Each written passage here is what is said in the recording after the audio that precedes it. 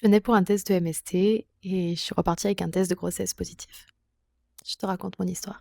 En 2024, je suis allée faire mon test annuel de MST et comme j'allais déjà au centre, que c'était gratuit, on m'a demandé si je voulais faire le test de grossesse en même temps. La totale. J'ai dit oui. Autant le faire. Et je m'attendais à rien parce que pour moi, c'était juste un contrôle. Sauf que ça s'est révélé ne pas être juste un contrôle. Parce qu'on m'a dit que j'étais enceinte. J'ai demandé si c'était une blague. Ce n'en était pas une.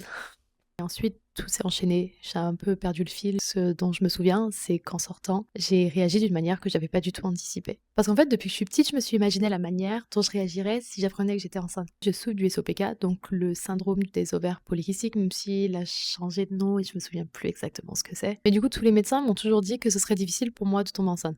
Donc dans ma tête, si je l'étais un jour, je devrais être heureuse. Sauf que ça n'a pas du tout été le cas. Je me suis tout de suite dit, je peux pas être enceinte maintenant. C'était vraiment pas du tout le bon moment dans ma vie pour être mère. En gros, j'en voulais pas. Et il fallait que ça s'arrête le plus vite possible. Voilà, alors bien sûr, je me suis effondrée. Ça a été horrible, je m'attendais à tout sauf à ça. En plus, ce que j'ai compris après, mais que je savais pas ce jour-là, c'est que la version de moi de 26 ans allait disparaître ou mourir en quelque sorte, et qu'une nouvelle allait naître le jour de mon avortement. En fait, j'ai un peu l'impression que mon avortement m'a donné un second souffle. Et c'est pour ça que j'ai écrit un livre qui parle d'une femme qui tombe enceinte sans le vouloir et qui se pose une question fondamentale, est-ce qu'elle veut devenir mère ou avorter? Au fond, je me dis que j'ai écrit le livre dont j'avais besoin à ce moment-là. Il s'appelle Rendez-vous à 9 heures et il sort cet été. Abonne-toi pour pas le manquer.